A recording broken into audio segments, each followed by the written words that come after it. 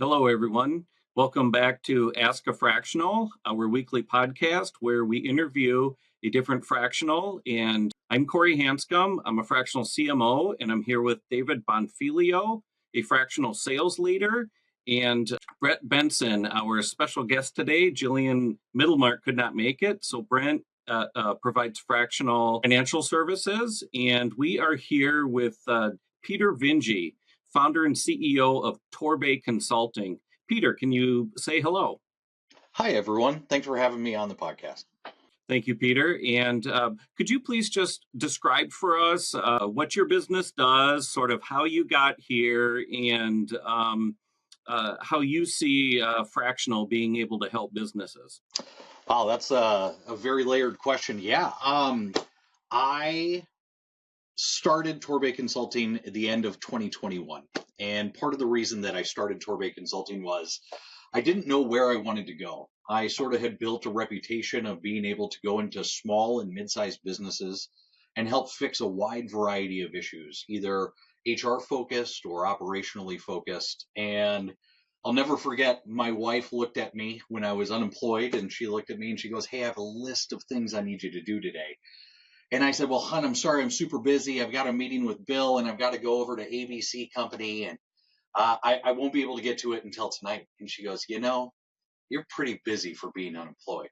And that was the start of Torbay Consulting. I realized that I was busy enough to be able to kick off a business, but be able to give companies, small and mid-sized primarily, the support that they needed in areas that maybe they couldn't afford, or maybe they didn't know the true advantage of being able to get someone in with 20 plus years of experience. So that's how I started Torbay Consulting. As I mentioned, I really focus on strategic growth. And by saying strategic growth, it's sort of an all-encompassing umbrella, but it's about solving really complex problems with very simple steps and solutions. And so I focus primarily on executive leadership, focus on communication alignment, organizational development, and then also hiring and retention. And that's primarily where Torbay can come in and really help an organization begin to grow. Peter, I was wondering if you could tell us a little bit more about the engagement specifically. How do you determine who is a good fit for you, and then how does it get started? Great question. Sometimes it comes down to what's stopping an organization. I think we've all been in those seats before where the leadership team is at odds, or they're bumping heads in the boardroom. Goals aren't being achieved. It could even be we can't hire or find the right talent to be able to come in and do this job, or we need to grow by 20%. A wide variety of those kind of issues get brought to me. And one of the things that I like to do is I like to figure out, where's the company sitting from right now?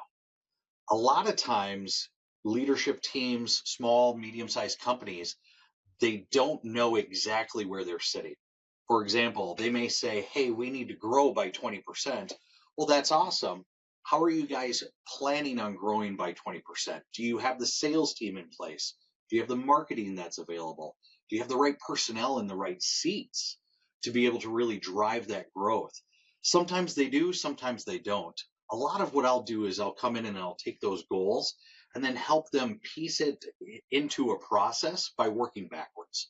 And it's allowed me to really be able to grow and learn about those businesses at a very uh, elementary level, to understand exactly how all the departments interact with each other.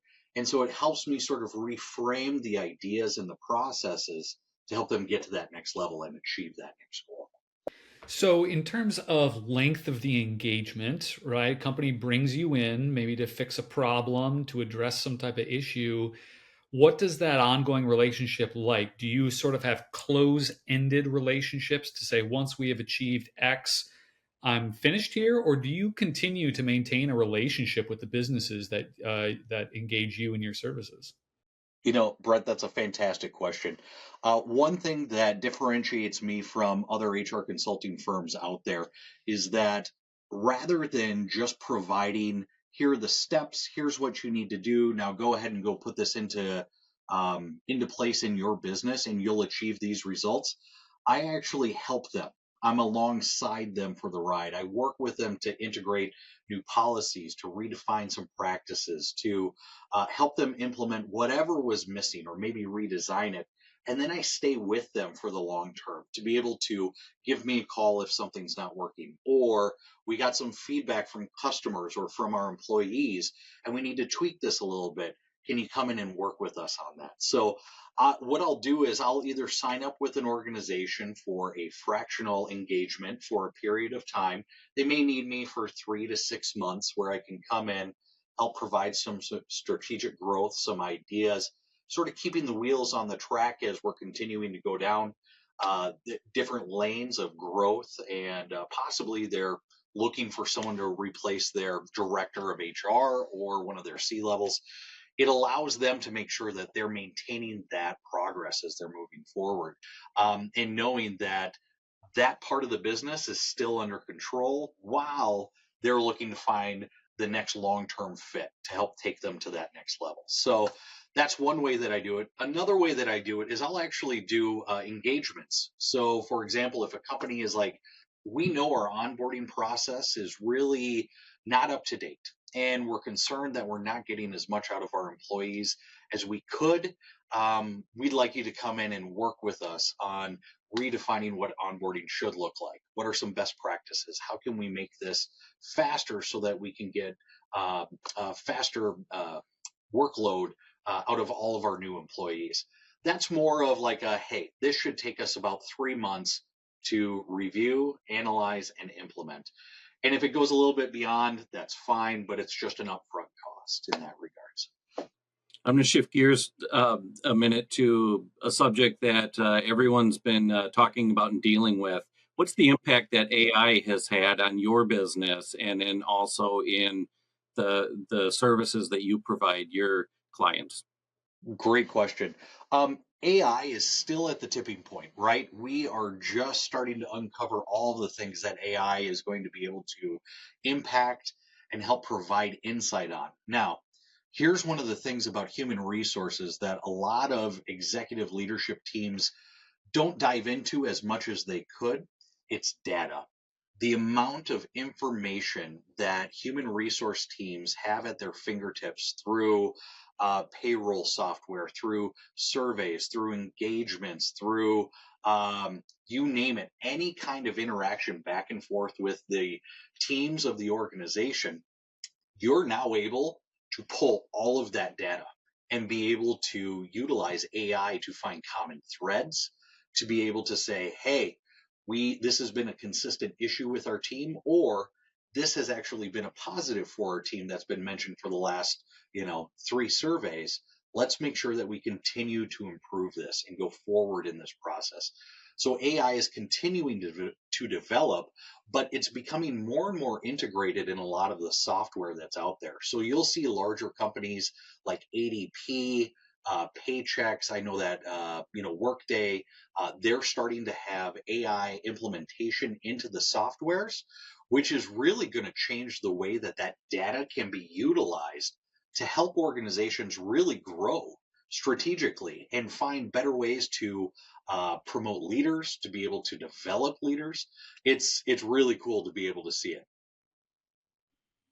Hey, the other piece of that AI that I see is is significant amount of change happening in companies, and I'm a little bit tuned into this right now because I have a client in the change management space, and so I'm wondering, is change management for like the larger companies? How do you process this idea of change management, or is that just not something within the kind of within what you do? Well, I think change management is an incredibly broad term, right? And it depends on what level of change management you're looking for. Are we talking about change management from the board all the way down? Are we talking about change management on how we're going to implement change within an organization? If we're really wanting to narrow that down, I would say that change management, when you're talking about we're going to create institutional changes throughout our entire organization, it really comes down to communication. How are you communicating with your teams? Is it falling on deaf ears? What are the ways that you can create champions of change within your organization so that it's not just a leadership driven type of a thing? It's something that is actually believed at the core and the base of the organization to really be able to grasp hold and to positively impact change throughout the organization, not just for a week or a month or a quarter, but for the long term, to be able to ensure that that change sticks. In terms of the internal teams of the clients that you come on board with, do you find yourself being brought in because a client or a company doesn't have internal teams focusing on these HR or ops issues, or are you being brought in to help the team that is already in place? And more broadly speaking, if you want to go beyond that question, I'm just kind of interested to know maybe who some of the other players are in your work and what type of connect. Are you working with CEOs, with CFOs, CMOs, right? A lot of C-suite people. Are you a little bit more into the minutia of the daily, tasks and attention of what you're doing? But just kind of curious to know what type of teams you're coming on board to help out with. It depends on the client, right? Some companies are so small they just have one person doing all of payroll, all of HR, all of their office management, but they need help and guidance to be able to grow. They know that they need someone to make sure that laws are passed, or I'm sorry, that the laws are being followed, and that employee handbooks are up to date, and that we're staying current with time off policies and making sure that payroll is processed properly, on top of ensuring that the snack fridge and everything is being stocked. And so I find myself working with a large group of individuals. I'm normally brought in by the C level or the owners of the organization because they need some help and some guidance on, all right, we only have, let's just say, 20 hours every month to be able to focus on growth within our organization. How should we maximize that return? What should we be doing to make sure that we are going to grow quickly and efficiently? Number one, it's all about how are you attracting and retaining your employees, right? How do you bring them in? How do you make sure that they want to stay there? How do you make sure that they are empowered to do the best that they can within their organization? And when you really find an organization that's willing to take off the leash and take out any speed bumps or red tape that's in their employees' way, you're going to find an incredible growth and a surge of productivity from those teams. So to answer your question and to sort of pull it back, it's about finding teams that need that strategic support, but then also getting into the day to day and saying, hey, I know payroll stakes. Let me help you out with that. Or this employee handbook, you're missing a section over here. Let's make sure that we update this and let's get it over to legal so that we can ensure that we're not missing anything for Minnesota employees.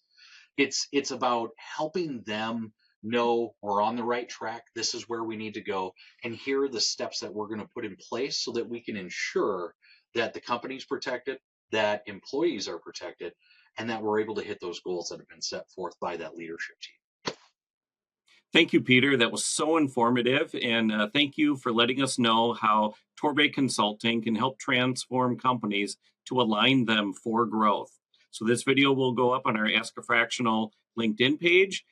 Please, anyone who has watched this, if you have additional questions for Peter, just ask it on our posting, or you can contact him directly on LinkedIn.